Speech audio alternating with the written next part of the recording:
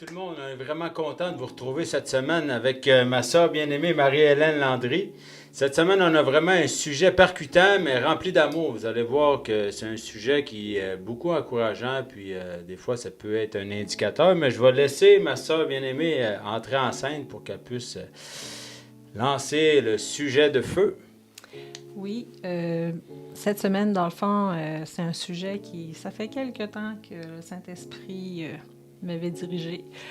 On a beaucoup de frères et sœurs qui se questionnent à savoir si ils sont dans la volonté de Dieu. Donc, cette semaine, ce qu'on veut adresser, c'est vous donner des indicateurs, puis vraiment que l'emphase soit mise sur que la volonté de Dieu soit faite et non la nôtre. Yes, amen. Donc, je vais commencer vraiment en priant, en faisant une prière sur la volonté. Puis c'est une prière qui est écrite dans la parole. C'est à Colossiens, 1er chapitre, verset 9.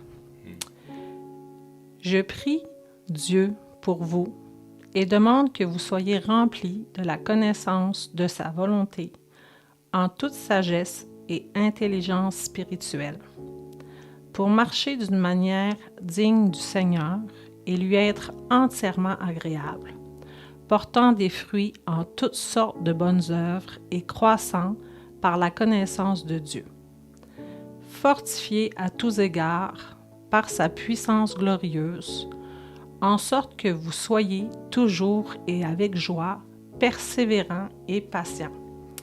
Rendez grâce au Père qui vous a rendu capable d'avoir part à l'héritage des saints dans la lumière, qui nous a délivrés de la puissance des ténèbres et nous a transportés dans le royaume du Fils de son amour, en qui nous avons la rédemption, la rémission des péchés. Il est l'image de Dieu invisible, car Dieu a voulu que toute plénitude habitait en lui. Il a voulu par lui réconcilier tout avec lui-même, tant ce qui est sur la terre que ce qui est dans les cieux, en faisant la paix par lui, par le sang de sa croix. Et vous, qui étiez autrefois étrangers et ennemis par vos pensées et vos mauvaises œuvres, il vous a maintenant réconciliés par sa mort dans le corps de sa chair. Donc, c'est un verset qui me parlait et que je trouvais vraiment à propos pour ce sujet-là. Vraiment. Puis, c'est ça, dans le fond, quand on parle entre chrétiens, souvent les gens, en tout cas moi, dans le début de ma marche chrétienne, c'était souvent un éternel questionnement à savoir, est-ce que je suis dans la volonté de Dieu? C'est quoi son appel pour ma vie? Est-ce que je suis à la bonne place? Donc, ça me revenait, puis 7 ans plus tard, après que je finis de nouveau, je me questionnais, est-ce que je suis vraiment dans la volonté de Dieu? Puis j'ai creusé ce sujet, puis j'ai suivi quelques enseignements qui m'ont interpellée. Amen. Moi, il y a une expression chrétienne qui me fait réagir un peu, puis juste en passant, si jamais il y a des sujets qui sont apportés qui vous font réagir, je vous demande de vous recueillir avec le Saint-Esprit. Yes. Qu'est-ce que la parole dit? Parce que si ça vous fait réagir, il y a probablement quelque chose qui doit être adressé. Yes, vraiment. Puis moi-même, en faisant ce message-là, puis en écoutant certaines choses, ça m'a fait réagir. Mais Oui, c'est ça. Ça nous pousse à l'introspection aussi, c'est ça. moi, une chose qui me fait réagir souvent, c'est, dans les chrétiens, Dieu m'a mis à cœur. C'est vrai, puis on le sort souvent. Puis souvent, c'est comme quelque chose qu'on reçoit, mais c'est une phrase tellement facile, hein? Ah, Dieu m'a mis à cœur. Dieu m'a mis à cœur, puis c'est souvent un réflexe. Ouais. Mais dans mon ancienne vie, c'était aussi écoute ton cœur, suis ton cœur. Puis là, la parole, qu'est-ce qu'elle dit sur le cœur? Si on va voir Jérémie 17:9, ça dit le cœur est tortueux par-dessus tout, il est méchant. Qui peut le connaître? Puis Jésus aussi, dans Marc, vient nous dire, en effet, c'est de l'intérieur, c'est du cœur des hommes que sortent les mauvaises pensées, les adultères, l'immoralité sexuelle, les meurtres, les vols, la soif de posséder, les méchancetés, la fraude, la débauche, le regard, la calomnie, l'orgueil, la jalousie, la folie. Toutes ces choses mauvaises sortent du cœur de l'homme. Donc, quand on dit « Dieu m'a mis à cœur », ben il faut vraiment être sûr que c'est inspiré de Dieu, puis de ne pas se fier à notre cœur comme tel. Parce que souvent, si on suit notre cœur, ben c'est peut-être qu'on n'est pas dans la bonne volonté. Exactement, on suit nos propres désirs, puis ça peut être justement qui dit qui peut le connaître. Souvent, tu sais, c'est dans la relation, mais souvent c'est facile. La ligne est mince entre Dieu m'a mis à cœur et mon désir qui vient teinter tout ça. Oui, puis c'est parce qu'à partir du moment où on donne notre vie à Dieu, ben notre cœur de pierre est transformé en cœur de chair, mais on a le renouvellement de l'intelligence. Donc, il faut développer des réflexes. Donc, le premier réflexe, qui est le meilleur indicateur qui soit, c'est à savoir si c'est biblique. Yes, amen. Est-ce que votre style de vie est biblique? C'est vraiment une excellente façon de savoir si tu es dans la volonté de Dieu. C'est un très bon baromètre. Oui. Exactement. Puis, dans notre génération, il y a comme une déficience au niveau de la Bible. Les gens vont pas toujours, pas souvent consulter, puis là, je généralise, là, mais on néglige un peu la parole. Là. Puis c'est ça.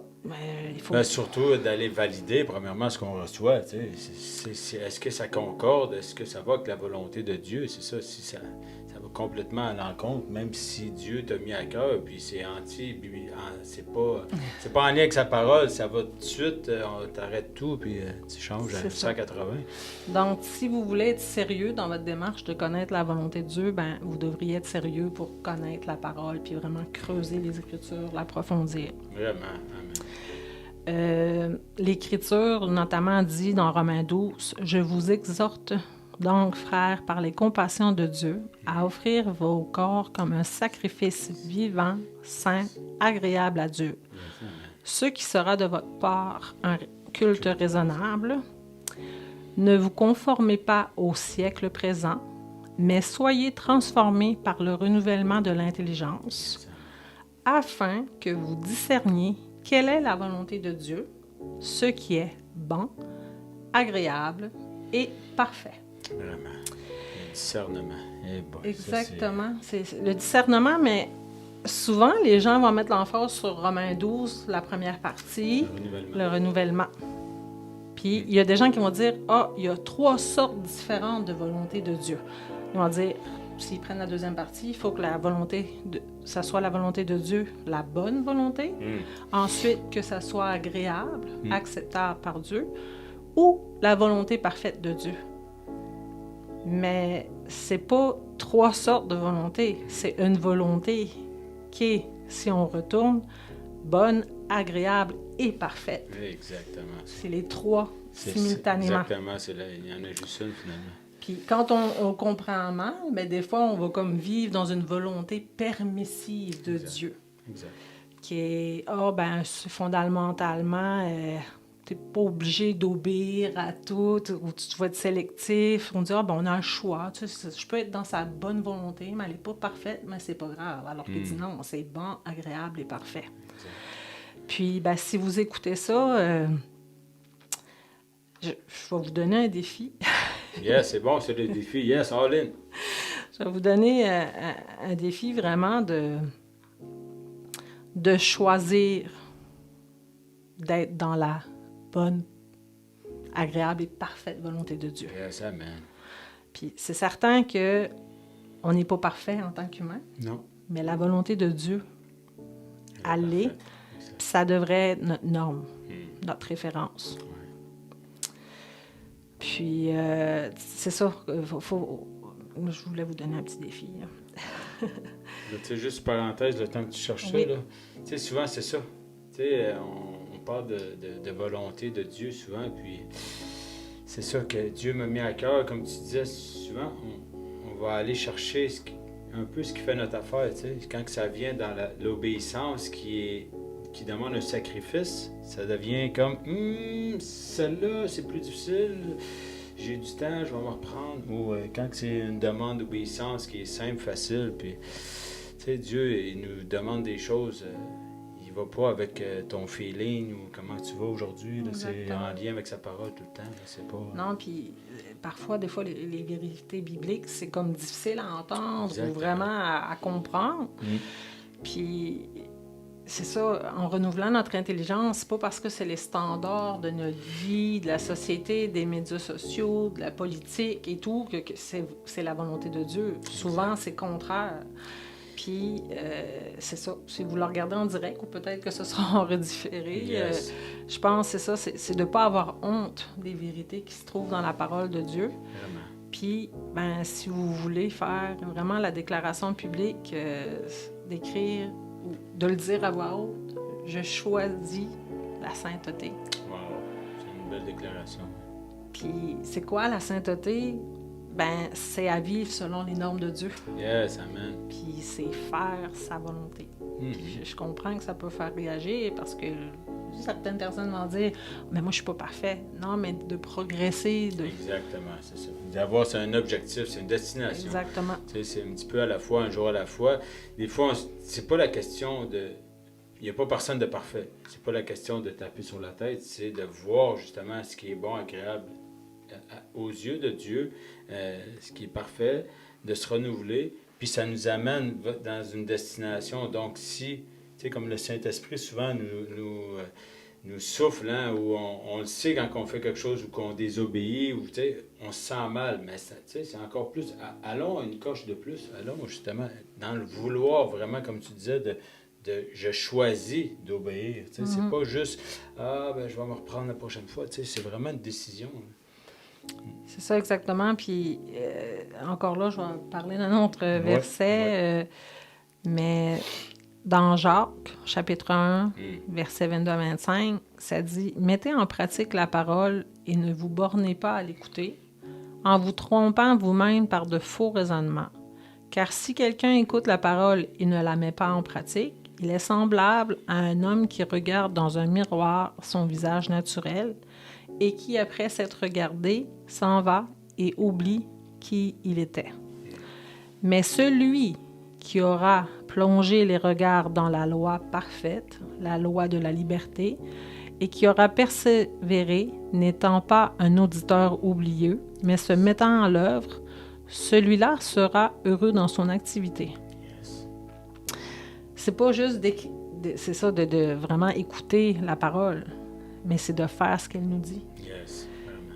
Parce que sinon, on se trompe nous-mêmes d'aller dans le miroir, puis après, on oublie que c'est le reflet du miroir. Mais la parole, c'est notre miroir. C'est notre miroir, exactement ça. C'est ça. Puis on se sent tellement bien. Tu peux être heureux, celui qui, justement, la met en pratique. On se sent tellement bien. Tu sais, on se sent... Oui. On est comme pas fortifié, mais ça nous encourage. On se sent bien à l'intérieur. Je dis, waouh, je le fais naturellement à la volonté du Père. C'est pas genre, j'ai été forcé à le faire. Je le fais tout simplement parce que je l'aime. Puis, exactement. Puis, si vous voulez savoir si votre vie est conforme à la volonté de Dieu, ben comparez votre style de vie à la parole. Yes. La parole, c'est le miroir. Exactement. C'est notre reflet spirituel, c'est ce qui va mettre en évidence les choses qu'on doit changer.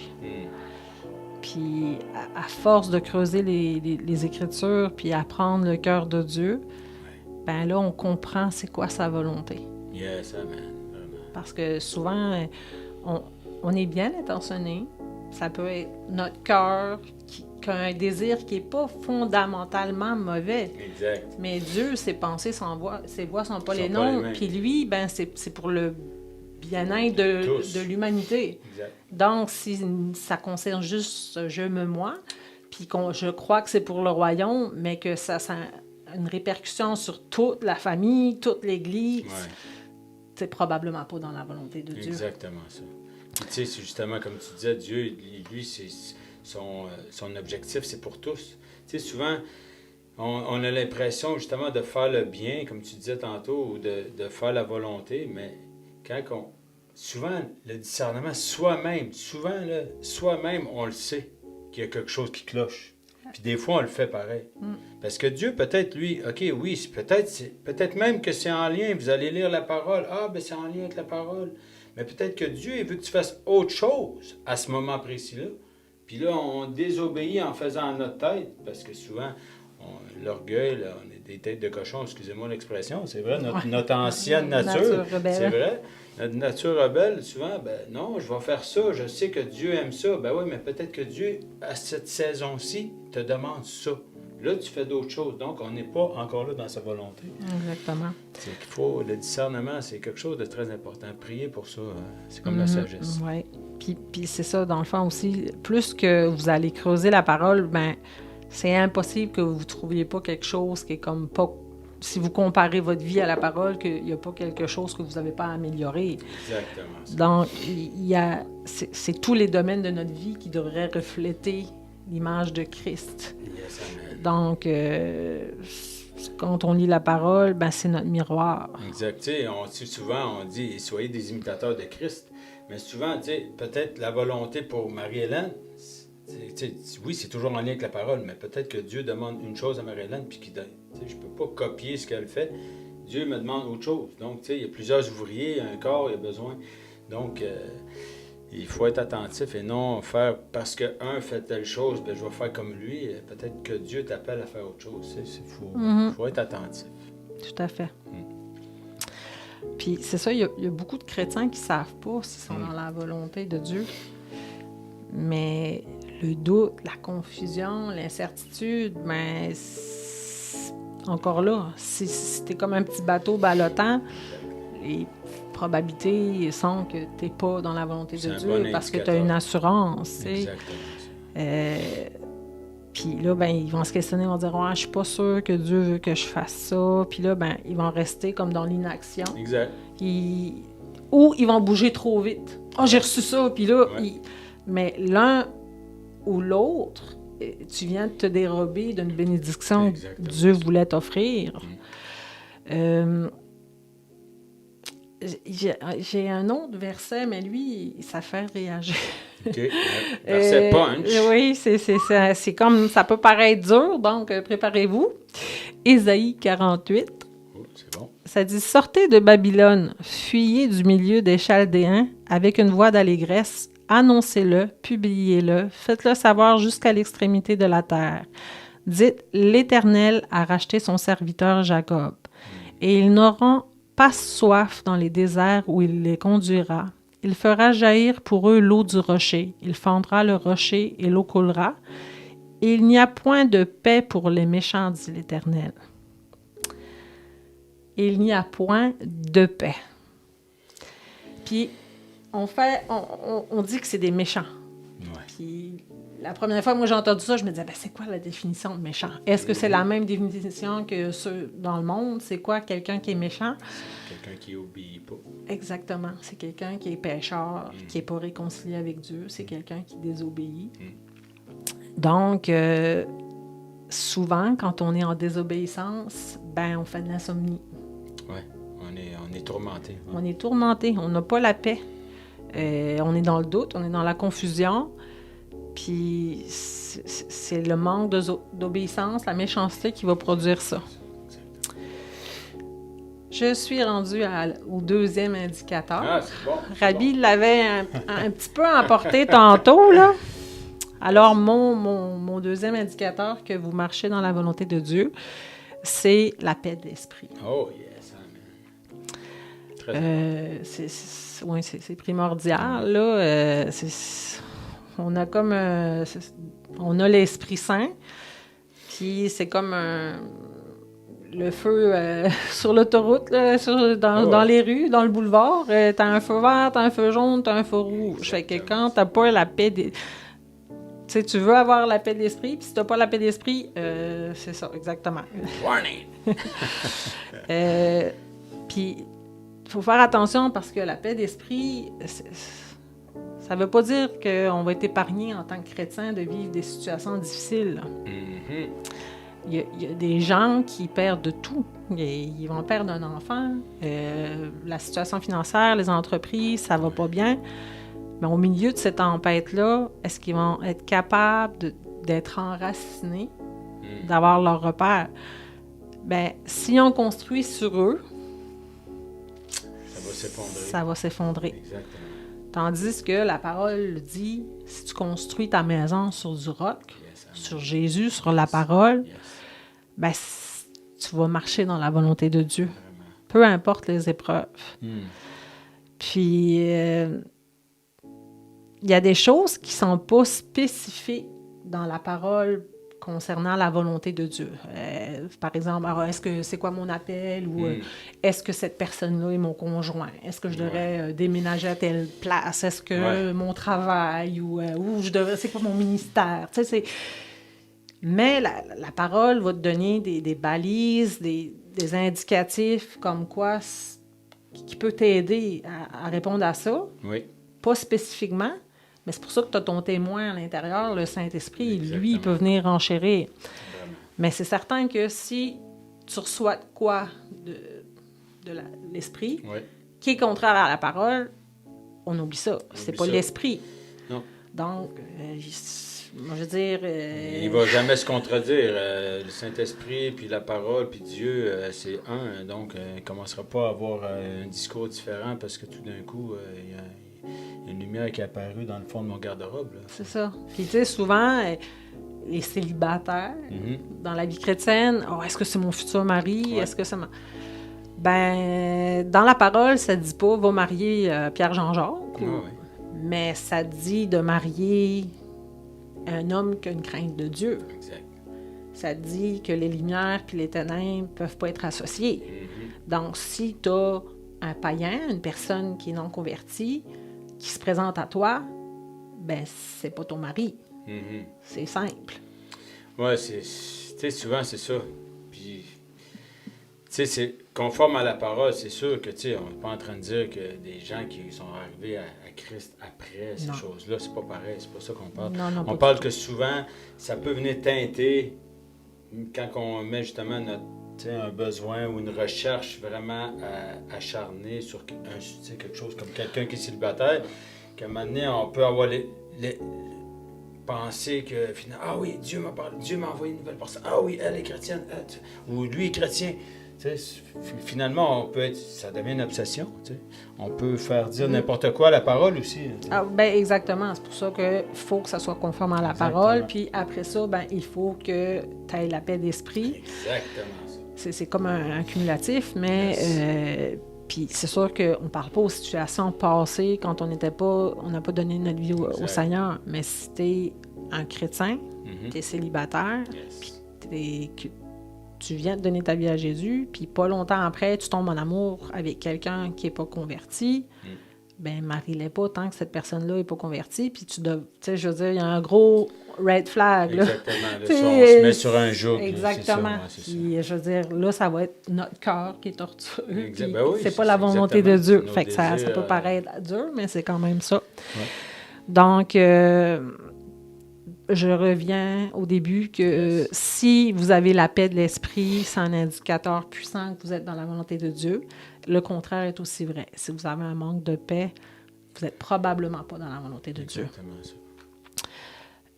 Puis souvent, quand on manque de paix, c'est parce qu'on n'est pas centré sur Jésus. Ouais. Puis si on n'est pas centré sur lui, qu'on n'est pas concentré, comment qu'on peut suivre correctement?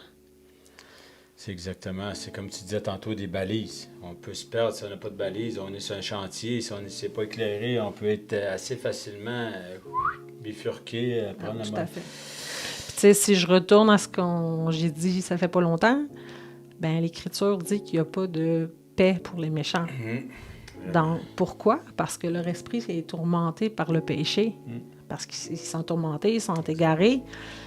Puis dans notre vie chrétienne, on peut vivre beaucoup de pression, que ce soit avec les ministères, la famille, les finances.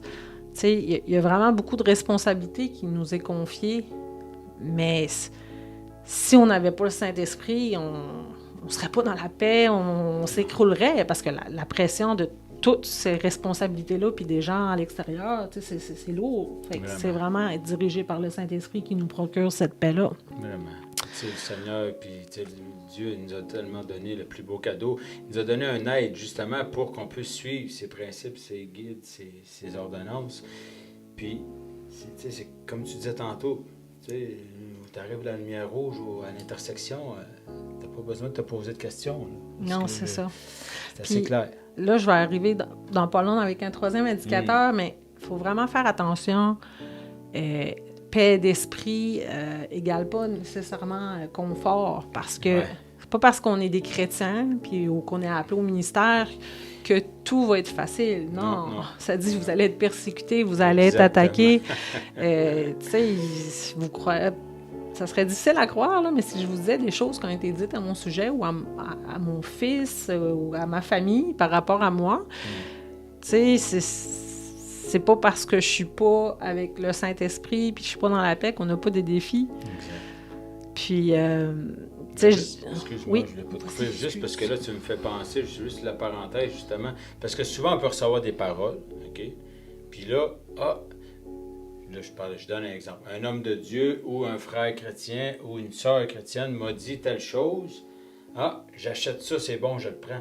Mais il faut toujours venir filtrer, comme tu disais tantôt, avec la parole. C'est juste un indicateur. Je voulais encore encourager parce que souvent, j'ai eu une prophétie, j'ai eu ça.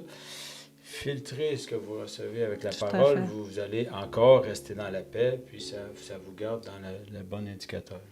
Oui, puis, tu sais, je dis pas ça pour vous ébranler, non, ça. Mais souvent, c'est parce que, comme tu dis, on en reçoit tellement de choses souvent, puis c'est pas, les personnes, ils veulent nous bénir, puis gloire à Dieu, là. Non, c'est ça. Puis, mais, tu sais, c'est avoir le réflexe de toujours aller filtrer. Oui, puis, quand on est, tu sais, c'est ça, c'est pas parce qu'on n'est pas dans la volonté de Dieu qu'on a des défis ou qu'on a des épreuves. Puis... Encore là, la parole a dit qu'il y a autant des mauvaises, des bonnes choses qui arrivent aux chrétiens, aux saints, qu'aux méchants. Puis, la pluie tombe sur les bons, les méchants, exact. Parce que des fois, il y a des gens qui disent tu sais, ça devrait être facile, c'est peut-être pas dans la volonté de Dieu parce que tu as de l'opposition. C'est pas encore là, c'est pas ce que la parole dit. Mais si on retourne à ce que je disais, quand on est dans la désobéissance, on a juste à prendre l'histoire de Jonas et la baleine. Yes. Je pense que pas mal tout le monde connaît cette fameuse histoire-là. Jonas, c'est une très belle histoire. il avait reçu quelque chose, mais il voulait pas. Il était dans la désobéissance, puis il s'est sauvé dans le chemin opposé, puis... Il y a eu des grands vents. Il y en a qui font le parallèle, les grands vents dans la mer, que c'est le Saint-Esprit qui est venu détourner sa voie pour le ramener. Mais sur le bateau, il n'y avait pas de paix. Là. Il était dans le péché, il était dans la désobéissance. Puis quand on fuit la volonté de Dieu, on ne peut pas être dans la paix. Puis on ne peut pas fuir longtemps non plus, parce que justement, les tourments nous poursuivent. Ah oui, exactement. Puis... Tu sais, des fois, on va rencontrer des gens qui sont super insatisfaits, tu sais, ils n'ont pas la paix dans leur cœur, ils essayent de combler ça avec toutes sortes de choses parce qu'ils sont dans la désobéissance. Puis, c'est plate, mais puis, comme je vous dis, ça fait 7 ans que je suis dans ma vie chrétienne. Les personnes les plus misérables qu'on peut rencontrer, c'est vraiment ceux qui sont comme rétrogrades, qui ont donné leur vie à Jésus, puis après ça, se sont éloignés de Dieu. Puis si on retourne à Pierre 1,21, ça dit il vaudrait mieux qu'il n'ait jamais connu le chemin de la justice et que de le connaître et ensuite rejeter le commandement qui leur a été donné de vivre une vie sainte. C'est effrayant d'y penser, mais c'est ça. Les personnes qui s'éloignent, c'est souvent... des rétrogrades qui souffrent. Puis il faut qu'ils retournent à la source. Le 3e signe puis que je vais apporter, c'est vraiment avec une nuance dans le 2e point. OK. Yes. C'est que, je l'avais encore un petit peu apporté, c'est que la paix d'esprit, ça ne veut pas dire que tout est toujours paisible, qu'on est dans la zone de confort parce qu'on est dans la volonté de Dieu. Exactement, ça ne veut pas dire qu'on est au bon endroit. Exactement. Puis encore là, si on retourne dans la parole, si on regarde la vie de Paul, qui a passé la grande majorité de sa vie en prison, si on avait dit, écoute, il est pas dans la paix, il est pas dans le confort, il est pas dans la volonté de Dieu, il n'aurait pas proclamé la parole à beaucoup de... Non. De païens, de Pas gentils. les évangiles non plus, pas les évangiles, mais une bonne partie du Nouveau Testament. Exactement. Puis, c'est ça. Donc, la paix d'esprit, ça veut pas dire que c'est la paisibilité, le confort. Mhm. Parce que dans la troisième indicateur, Mhm. c'est qu'il faut faire des pas de foi. Exactement. Il faut passer à l'action. Exact. Oui, mais c'est vraiment d'avoir la foi, parce que si si Dieu veut que tu sois dans sa volonté, qu'il t'appelle au ministère, que tu agisses comme la parole dit, ben, ça nécessite la foi. Oui, vraiment. Si on prend Abraham, on prend Moïse, on prend Daniel, David, ils ont rentré dans leur appel parce qu'ils ont eu la foi. Yes, vraiment. Puis si Dieu demande pas de foi, ben c'est parce que tu fais confiance à tes propres forces, Exactement, à tes propres moyens. Mais ça prend toujours de la foi. Justement, il dit c'est le ruminateur. Donc, lui est actif, dans le fond. S'il n'y a pas de foi, de toute façon, la Bible entière, la parole entière est basée sur la foi. Donc, oui, c'est ça. Il faut enclencher cette... Mais ce que je veux dire, c'est parce que souvent, Dieu va nous révéler quelque chose qui peut susciter la nervosité, un inconfort. Je veux dire, quand on regarde les versets, Marc 16, 17, il dit « Voici les signes qui accompagneront ceux qui ont cru. » Ben, tu peux pas guérir un malade si tu n'as pas de foi. Tu fais pas le pas de foi. Exact. Tu peux pas chasser des démons si tu n'as pas la foi. Exact. Puis les premières fois que tu fais ça, puis même avec le temps, ça demande tout le temps un pas de foi. Yes. Tu sais, puis il y a comme une mince ligne entre la foi et la folie. Tu vas savoir que c'est la foi parce que Dieu va t'exaucer ou la folie que c'est toi parce que ça marche juste pas. Mais si tu le testes pas... C'est exactement ça. Il faut que tu le testes. Mais c'est pour ça que tu disais tantôt justement de la foi, parce que sinon... on peut penser qu'on obéit, mais on le fait par nos propres forces. Puis, tu sais, Dieu, justement, il aime, c'est agréable pour lui qu'on agisse dans la foi. Que s'il nous demande quelque chose, qu'on vient nerveux parce que là, ben, je suis pas bon là-dedans, mais justement, il veut que tu aies la foi pour que tu t'appuies sur lui. Il veut pas que tu t'appuies sur toi-même. Donc là, encore là, ça peut être, comme tu disais, un petit ben, c'est ça, ça fait réagir. Parce que dans le sens, il y a des gens qui sont super confortables dans leur foyer. Puis, ben, es-tu vraiment dans l'appel de Dieu? Es-tu vraiment dans sa volonté? Parce que tu te fies à tes propres capacités. Oui, exact. Donc, Dieu, il veut opérer dans le miraculeux. Exactement, pour sa gloire. Pour sa gloire, exactement. Puis, si on fait les choses avec nos propres besoins, tout ça, ben, t'es-tu vraiment dans sa volonté? C'est des indicateurs que... c'est ça n'a rien à voir là, avec la paix, la nervosité. Parce que, je veux dire, quand on est dans une guerre spirituelle, quand Dieu te demande de renoncer à toi, d'abandonner, c'est sûr que, qu'on prenne Jésus, là. Exact. Quand Jésus est allé à la croix, là, il voulait faire la volonté de Dieu, là. Yes. Mais pensez-vous que... ça y tentait. Tu sais, qui dit que cette coupe s'éloigne de moi, mais que ta volonté soit faite, tu sais, quand même, c'est ça que ça reste encore là. L'être humain... Non, si on relit la parole, quand il est allé prier, qu'il suait des grumeaux de sang, c'était pas confortable. Puis il a dit, Dieu, pas que ma volonté se fasse, mais si tu peux, éloigne cette coupe de moi. Ça lui tentait pas. Exactement. Donc, quand Dieu va nous demander quelque chose qui ne nous tente pas, c'est là qu'il va se glorifier. Exact. Puis c'est pas à confondre le fait que ça ne tente pas, que moi j'ai un manque de paix. Il y a beaucoup de gens qui vont se dérober, qui n'embarqueront pas dans leur rappel parce qu'ils disent j'ai pas la paix. Non, c'est pas parce que ça ne tente pas que tu n'as pas la paix. Là. Exactement. Ça vient aussi du côté que ça peut aller dans le renoncement de soi. Exactement. Des fois, on est dans une zone que finalement on aime moins. Tu sais, comme tu disais, il a pleuré des grumeaux de sang, il a sué des grumeaux de sang. Mais justement, il faut mettre de la sueur dans notre travail. Donc, s'il n'y a pas d'effort, tu sais, excusez-moi, là, dans le monde, ils disent pas d'effort, pas de confort, mais s'il n'y a pas d'effort, entre guillemets, puis il faut mettre la foi. Donc, on a un côté à activer, on a un côté à mettre, je sais pas comment dire, mettre de l'huile de coude un peu dans dans l'action. Oui, c'est ça, tu sais, parce que quand on parle de ce troisième indicateur-là, c'est qu'on doit exercer la foi, puis que c'est pas toujours confortable, puis qu'on sera pas toujours à l'aise. Puis si on va à Hébreux 11:6, ça dit « Or, sans la foi, il est impossible de lui être agréable, car il faut que celui qui s'approche de Dieu croit que Dieu existe et qu'il est le rémunérateur de ceux qui le cherchent. » Donc, ça implique, que tu crois qu'il existe, puis qu'il va te récompenser. Donc, encore là, c'est la foi. Exact. Puis, c'est ça, comme partout dans la parole, pour exercer les dons spirituels, pour marcher selon sa volonté, avoir accès aux choses du royaume, c'est par la foi. Exactement. Ça s'acquiert par la foi. Donc, c'est ça. Pour résumer, il y a 3 signes qui sont très clairs pour déterminer si on est dans la volonté de Dieu. Le premier, c'est un style de vie biblique. C'est mesurer notre style de vie. Est-ce que c'est conforme à la norme qu'est la parole?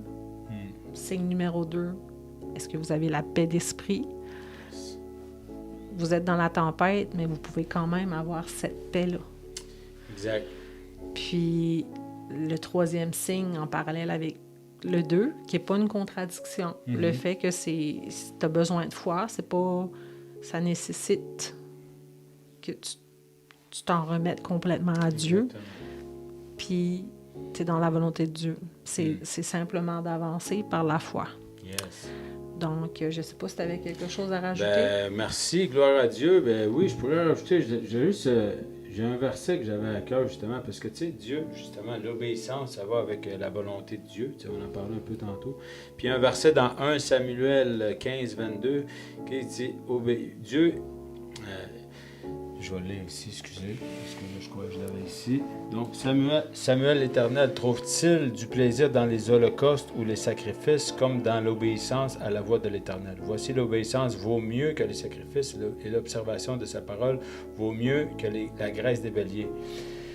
Car la désobéissance est aussi coupable que la divination, et la résistance ne l'est moins que l'idolâtrie. Bref, l'idée que je voulais parler de ça, c'est que souvent, on peut penser qu'on est dans la volonté de Dieu, puis justement être tourmenté, mais je vais jeûner, je vais ci, je vais ça, je vais faire des choses qui sont agréables à Dieu, comme je disais tantôt, je vais jeûner, je vais prier, en pensant que peut-être je vais retrouver la paix, mais finalement, je reste encore dans cette case-là.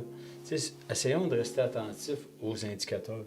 Essayons de rester, tu sais, souvent... où on essaie de compenser, on sait, puis souvent le Saint-Esprit nous révèle, puis tu sais, je parle, puis ça m'a déjà arrivé à moi, que je désobéis à Dieu, mais je pense que je vais compenser en faisant d'autres actions, puis finalement, ça va comme, finalement, je le ferai plus tard. Ça, regarde, Dieu, je fais ça maintenant, je fais ça, regarde, je vais faire ça tout de suite. On perd du temps. Mais puis, premièrement, la paix, mais deuxièmement, on perd du temps parce que, tu sais, Dieu dit racheter le temps, puis lui, son objectif, c'est souvent peut-être d'aller bénir d'autres gens, tu sais. Puis dans notre obéissance, premièrement, nous, on va être bénis, puis lui, son objectif, c'est plus large que notre petite vision qui est souvent juste comme des œillères. Exactement. Donc, si moi, je peux me permettre pour conclure, si où vous êtes ne nécessite pas de foi, possiblement que vous n'êtes pas dans la volonté de Dieu. Donc, j'aimerais vraiment prendre quelques secondes pour prier. Merci, Saint-Esprit, de te révéler aux auditeurs, à ces personnes-là qui se cherchent, qui ont besoin d'une directive par rapport à ta volonté dans leur vie. Merci de développer un feu dévorant pour ta parole, puis vraiment à leur donner le courage de faire le pas de foi pour que tu puisses te manifester, que tu puisses agir, puis te révéler à eux.